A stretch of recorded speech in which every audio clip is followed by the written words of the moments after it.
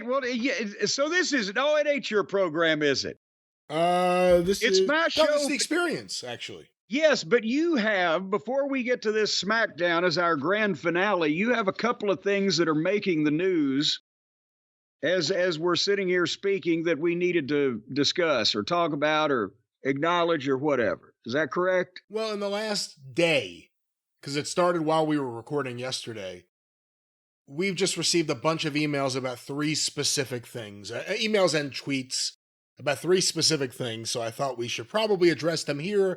Why wait until the drive-thru, which is... There's an outcry from the people, and we need to go ahead and get this done to get these people off our back. That's right. We want to get these people off our back. So, well, go ahead and start unloading them. What's first? Well, I don't know how much you saw of this, Jim. Hopefully none. But we were tagged in a bunch of stuff on Twitter, and then... I don't look at it anymore. Well, the Meltzer Said What Twitter account tweeted out a couple of clips, and they're very interesting, and a lot of people find them quite humorous.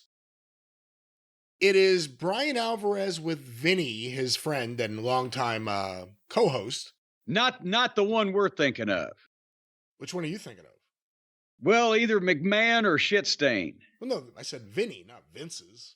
Well, they used to call Vince McMahon Vinny back in the old days. That's right. And I don't trust anybody with named Vin.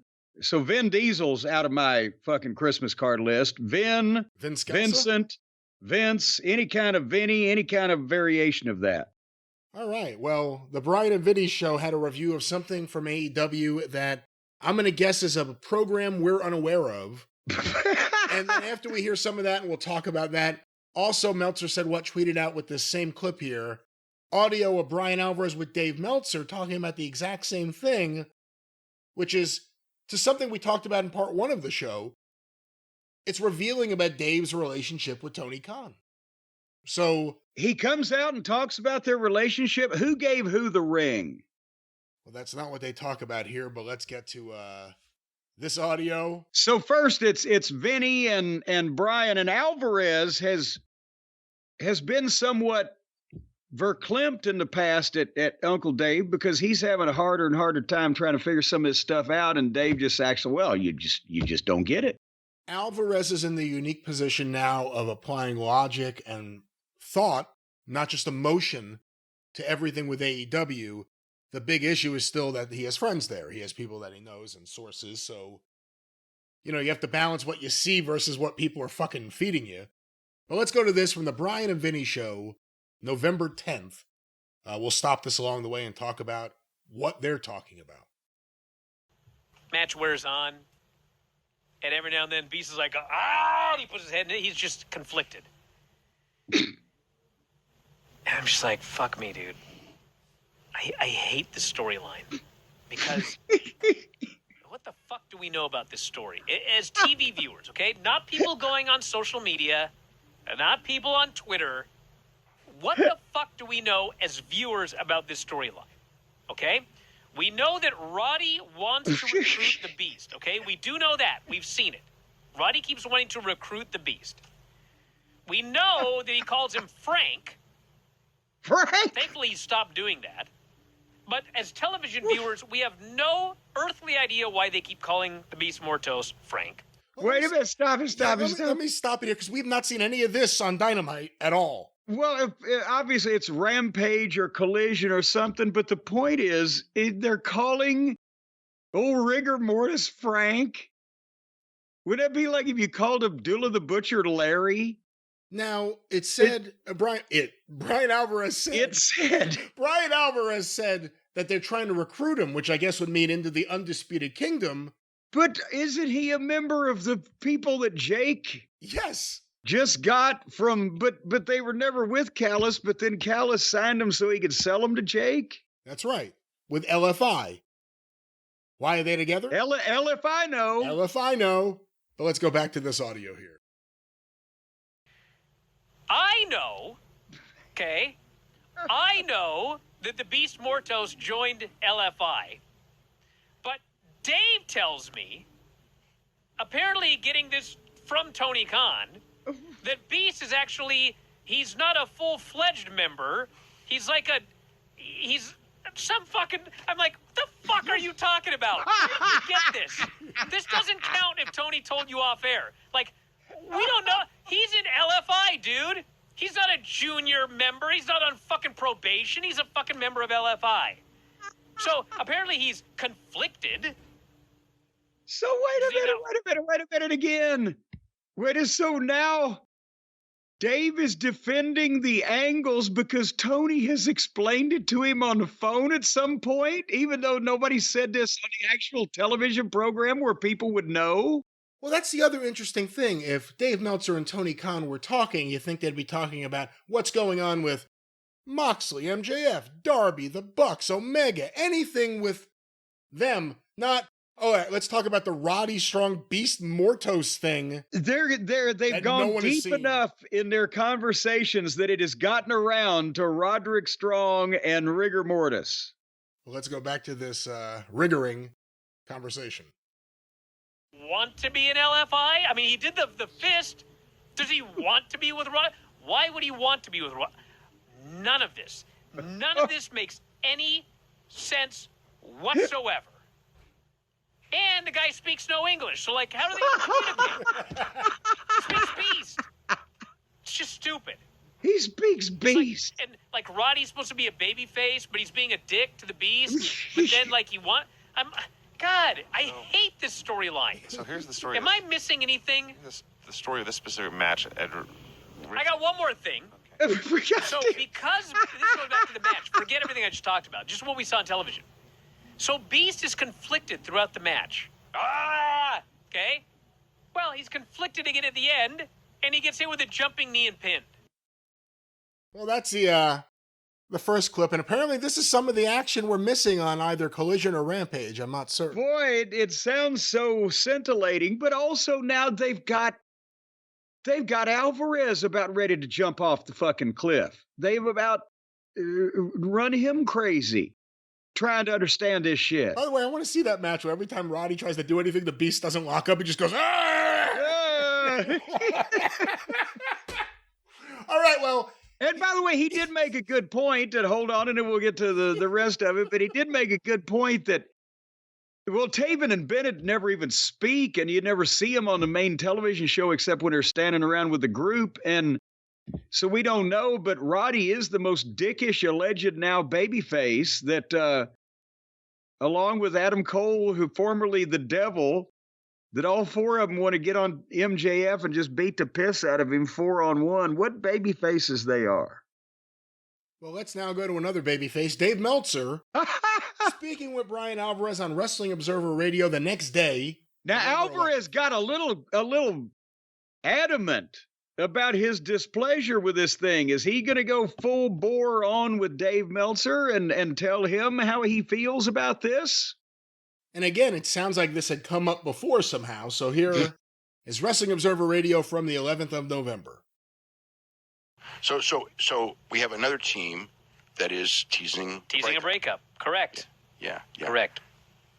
So we're Roosh and Mortos teasing a breakup like later in the show? Yeah, well, yes. Okay, now listen. Hold on 1 second. Yes!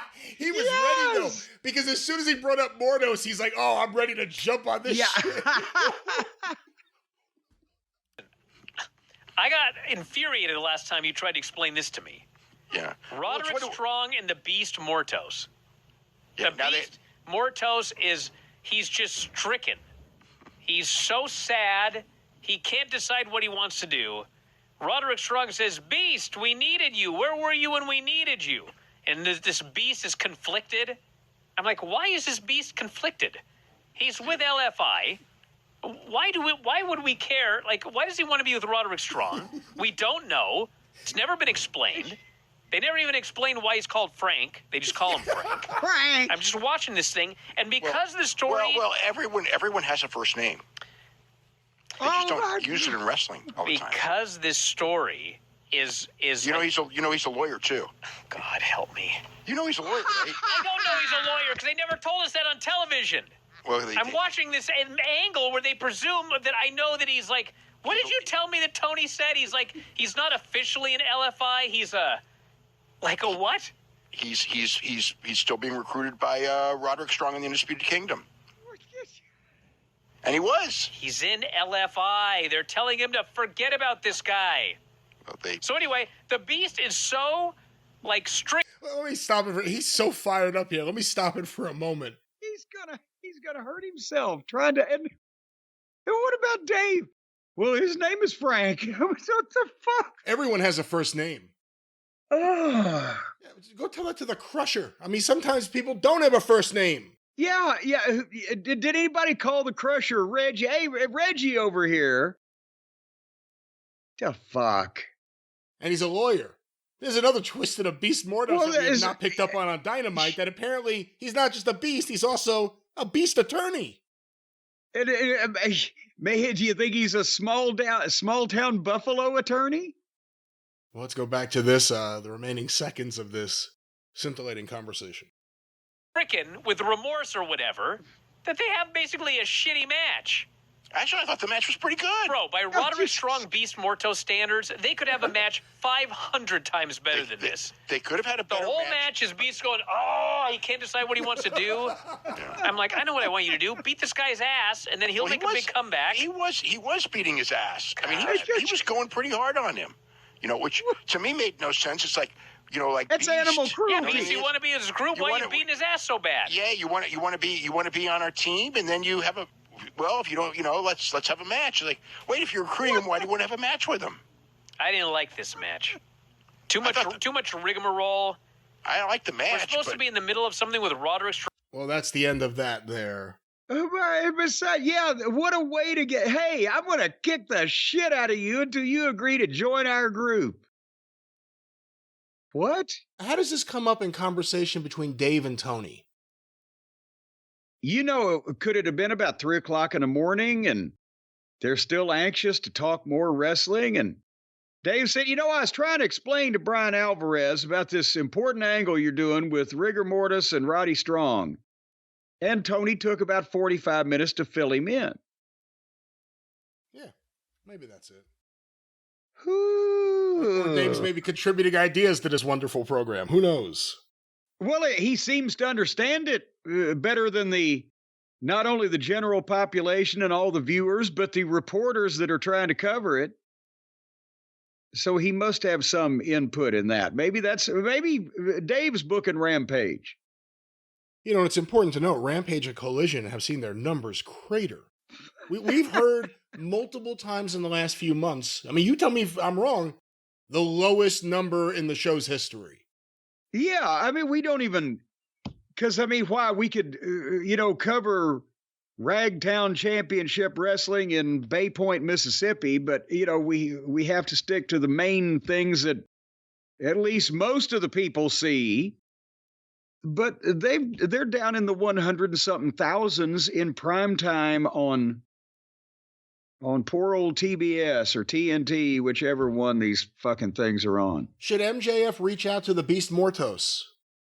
It seems like everybody else is. He's the most popular son of a bitch around. Everybody wants him. Where's Jake? Well, he got sold a bill of goods, didn't he? What the hell was that? What was that? He got 3 wrestlers he's never been with ever again. Well, but here's the thing. We hadn't seen him in, 2 years on television, and he shows up as the manager of record of Lance Archer to trade him to Don Callis in exchange for these 3 Mexican fellows that Don Callis never had anything to do with, right? And then we've seen the Mexican fellows, but we've never seen Jake again. Well, we will stay up to date on this story and follow up with any appropriate measures or call some kind of state home for these people. I think that's the appropriate follow-up. There's child protective services. Is there a podcaster protective services that we could call for the way poor Bryan Alvarez is being treated over there? We said it a while back. He was going to come to the dark side. He was going to start saying the truth and realizing it, and he has. So a lot of that language sounds familiar.